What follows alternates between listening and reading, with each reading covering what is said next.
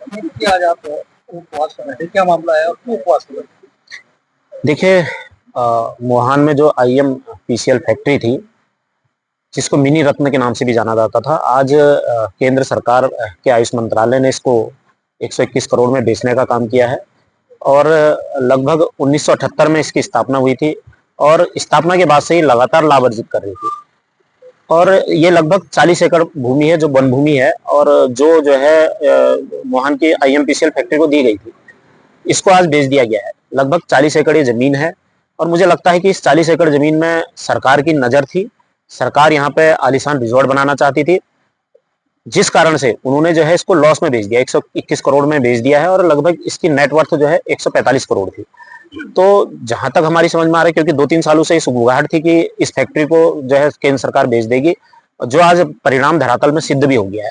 और इस फैक्ट्री को बेचने के बाद से आशंकित है लोग जो इसमें इस फैक्ट्री में काम करते थे, हजारों लोग काम करते थे प्रत्यक्ष और अप्रत्यक्ष रूप से, आज वो इस शंका में है कि उनके परिवार का क्या होगा, उनके बच्चों का भविष्य क्या होगा।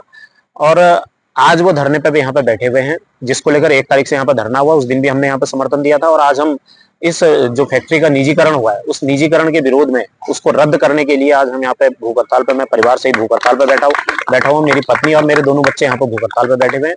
और हम सरकार से मांग करते हैं कि यदि अतिशीघ्र जो है इसका निजीकरण रद्द नहीं किया गया, और पुनः इसको जो है पुराने IMPCL को यहाँ पे चलाया नहीं गया, तो निश्चित रूप से रामनगर के अंदर एक बहुत बड़ा जन आंदोलन होगा, और जिसके लिए लोग तैयार भी हैं। क्योंकि लोग ये समझ रहे हैं कि जब हमारे पास हमारे बच्चों का भविष्य नहीं होगा, हम जब रोजगार ही नहीं कर पाएंगे, हमारे जब घरों के चूल्हे ही नहीं जलेंगे, तो हम जी के क्या करेंगे।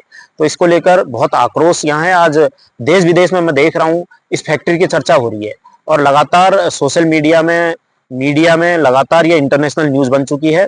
और मुझे लगता है कि कहीं ना कहीं सरकार के कानून में हमारी आवाज जाएगी, और इन पीड़ित लोग हैं, जो बेरोजगार लोग हैं, उनकी आवाज सरकार के कानून में जाएगी, और सरकार अतिशीघ्र इस निजीकरण को रद्द करेगी। क्या यदि रद्द नहीं करती है, तो निश्चित रूप से एक बड़ा आंदोलन किया जाएगा, और किसी भी हद पर जाने के लिए हम लोग तैयार हैं। आज हम केवल 1 दिवसीय भूख हड़ताल पे यहाँ पे बैठे हैं। आने वाले समय में हम लगातार जो है अनशन पे बैठेंगे, भूख हड़ताल पे बैठेंगे। यदि सरकार फिर भी नहीं मानी, तो हम कोई भी कदम उठाने को मजबूर होंगे।